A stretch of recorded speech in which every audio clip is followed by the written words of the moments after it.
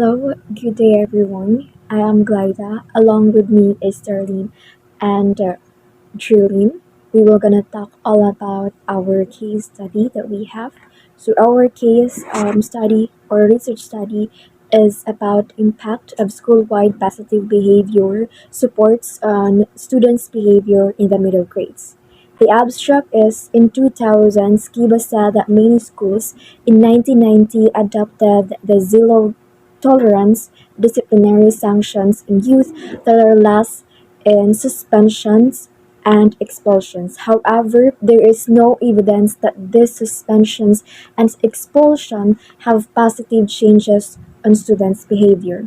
That is why this research shows that school-wide positive behavior supports or SWPBS can be an effective alternative to traditional reactive punitive approaches to problem behavior.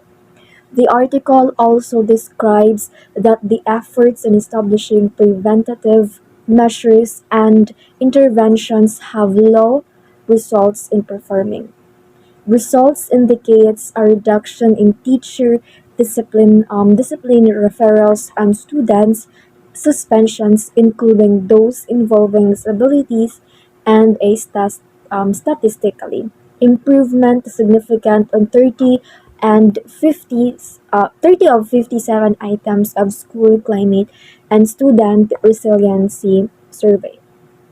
Introduction is all about that this there are six RTIs or responses to interventions that addresses all of the students prevents in school failure based on the long-standing proven practices in the fields of education and behavior.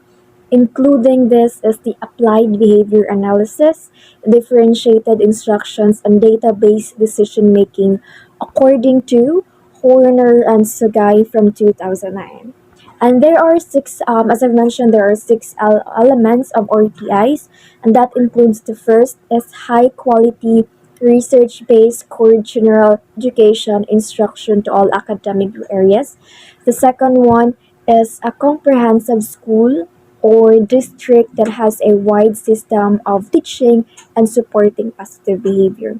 The third one is differentiated instruction for all learners, including language learning learner and students who are not meeting grade level expectations. The fourth one is the progress monitoring of all students that using common assessments. The fifth is early intervention for students that experiencing academic or behavior difficulties. And the sixth one is data driven decision making through the use of data teams. RTI provides a continuum of support within the general education system that increases the intensity and individualization to meet the needs of the students. And there are three types organized of SWPPS. The first one is instruction and support are provided for all students. Behavioral expectations are communicated to students in a clear, positive way. The systems also encourage or a place to encourage appropriate behavior and to monitor students' behavioral performance. For those students who are not responsive to this core instruction and support.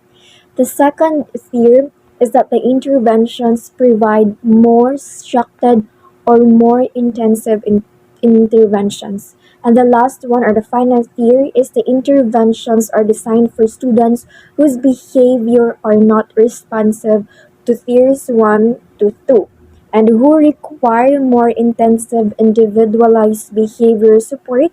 And this is according to Sugai and Horner from 2009.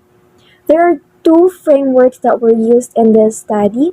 The first one is School Improvement Framework. This describes an improvement framework where it shows a support to teacher to achieve the success of academic and behavioral outcomes, including those with disabilities.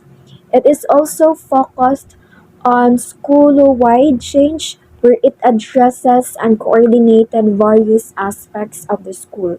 including the curriculum and instruction, governance, professional development, and the involvement of parents and families, according to Kidron and Darwin in 2009 and Underberg in 2008. The second is the implementation of the school improvement framework, where it shows the results of how the implementation in the school works and improvement of each implementation. Hey, good day everyone. My name is Jerlyn Silandero and I will be the one to talk about the methods of our case study and which is entitled The Impact of School-Wide Positive Behavior Supports on Student Behavior in the Middle Grades.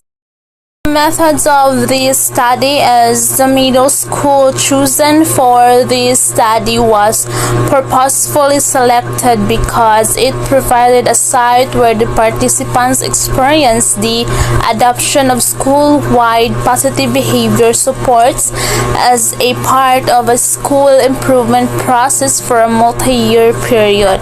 So the fact that the school had experienced significant student behavior problems with consequent teacher discipline, referrals, and suspension made it a desirable location to conduct the study.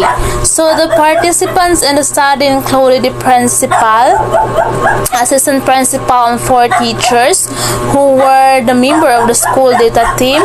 Other participants included approximately 75 7th grade students and 75 8th grade students in each year of the 2007 to 2008 and the 2009-2010 school years, for a total of approximately 300 students.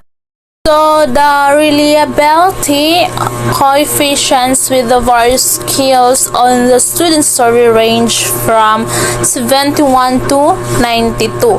So the survey has been used extensively by the law of Department of Education to assess local school district and self-assessing school climate and school resiliency, or from Grantwood IEA 2010.